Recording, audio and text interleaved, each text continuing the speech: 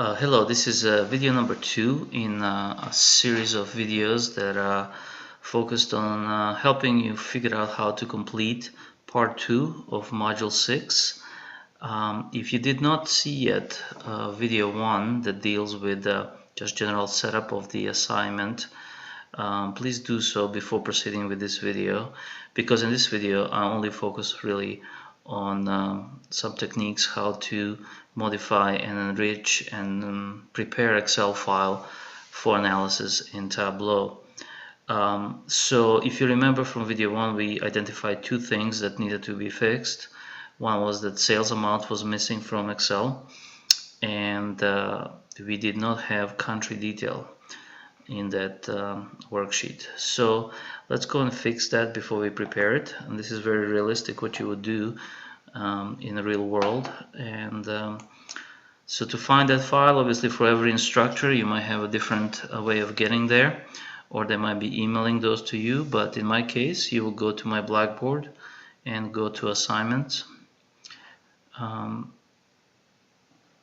6, and then you will see two assignments that are associated with this module. Our focus today is on creating insights from data, and there you have the file that actually gives you the directions as well as the source file to be used. So just open the file. When you open the file, it will download on your workstation the file itself. You can just open it.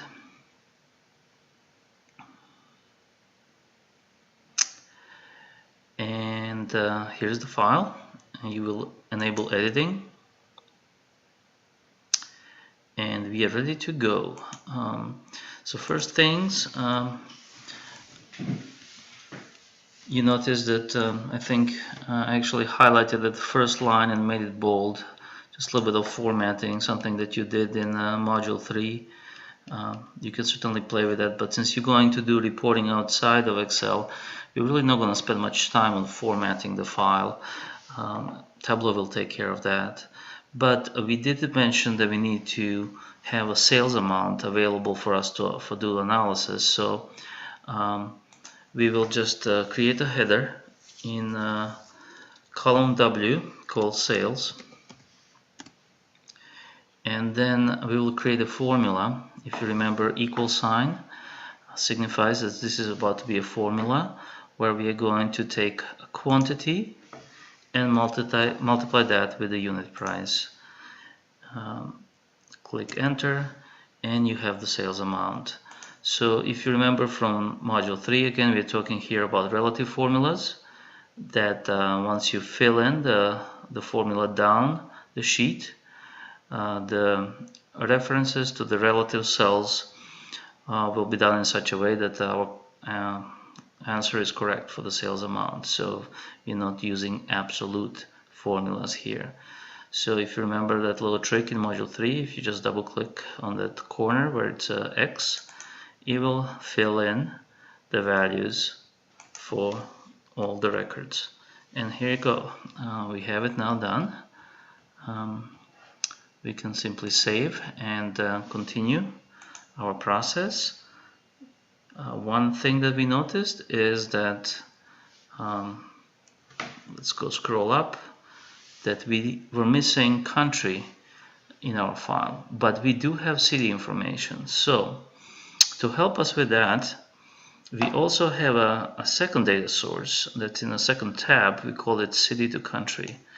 This provides essentially a mapping of each city to a country, and we can refer to this range and be able to look up values in our file of interest and look it up in the range and find the associated country and then pull it back.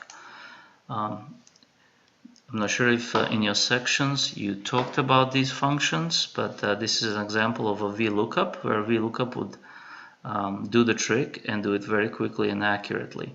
So if you are in my section, you obviously are familiar with this, but even if you're not, in module 3 you were positioned to be able to extend and build your knowledge. So since you know how functions work, there's nothing preventing us from kind of learning a new function and applying it. You will be doing that all the time. There's just simply no time to memorize all the functions, but kind of use them as they become available and useful to you. So what we want to do is insert a column, and again, this is something you did in Module 3. You can select a column where you would like to the left of it to insert a new column. So let's say I would like to have a column between city and company. I will do simple right click and insert, and that creates a column, or essentially moves everything from city to the right. We will label this country, and now we will start building a VLOOKUP. If you are not familiar with VLOOKUP, one way to think of it is a phone directory where you have a certain value, somebody's name or last name, so you have that. What you're looking for is their actual phone number, and the way the logic works in a phone book, you look it up, find their name, and then move to the right and find their phone number. The same logic applies in a VLOOKUP. So you click on a function, and we can find VLOOKUP. Here it is. Click OK, and we are able to actually build that function using Little Wizard. The function is asking for 5 arguments. They have to be in there so that the function can properly work. First, what we're looking for is a name. Just like in a phone book example, that's the value we're looking for. In our case, we're looking for a city because that's something we already know. And the city in our case is in C2. In this example, it's Vancouver.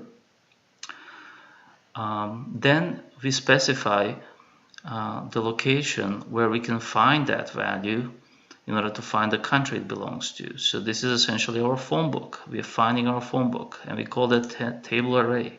You click on table array, and you find where that table is that consists of both our city and the country. So we click on the city to country, and here it is. We found our phone book, essentially, our lookup table. So we highlight the whole table, and that's now placed in table array. The next thing we need to answer is what is the column number that actually has the answer we are looking for? We are looking for a country name. We know the city, so city is in our first column, country is in a second column, which is column B here. So we will just simply type in B, number 2.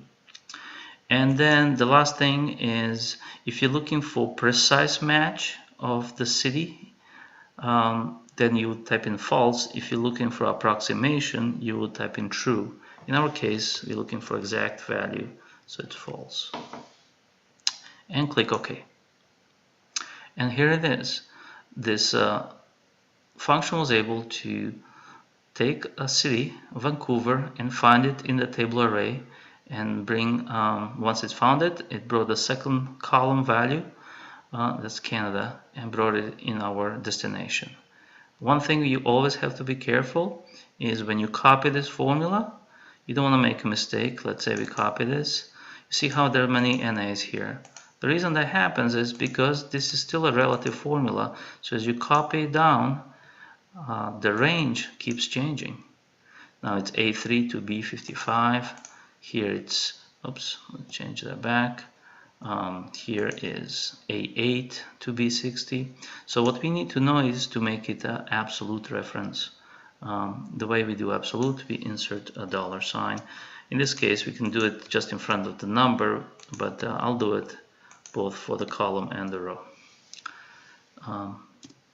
And there you go. Now when you copy this formula, the NAs disappear because we're keeping that range fixed. And that's it. We did it. So we enriched the data. We know it has information that we need. Obviously, if you do find out later on that we don't have it, we can always come back and do additional fixes. So now the data is ready to be loaded into Tableau and do the analysis.